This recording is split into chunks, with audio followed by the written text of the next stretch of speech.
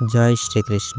শ্রীমদ্ ভগবদ্ গীতা অধ্যায় 2 সাংখ্যযোগ শ্লোক 2 শ্রী ভগবানুবাচ কুতস্ত্বা কস্মাল ইদম বিশ্বমে সমুপস্থিতম অনার্যজুষ্টম স্বর্গম কীর্তিকরমর্জুনা।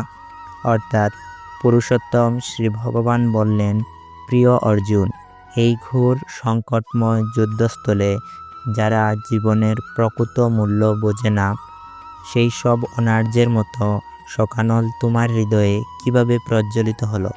এই ধরনের মনোভাব তোমাকে স্বর্গলোকে উন্নীত করবে না, পক্ষান্তরে তোমার সমস্ত যশরাশি বিনষ্ট করবে। हिंदी में श्री भगवान बोले, हे अर्जुन, तुझे इस असमय में यह मोह किस हेतु से प्राप्त हुआ?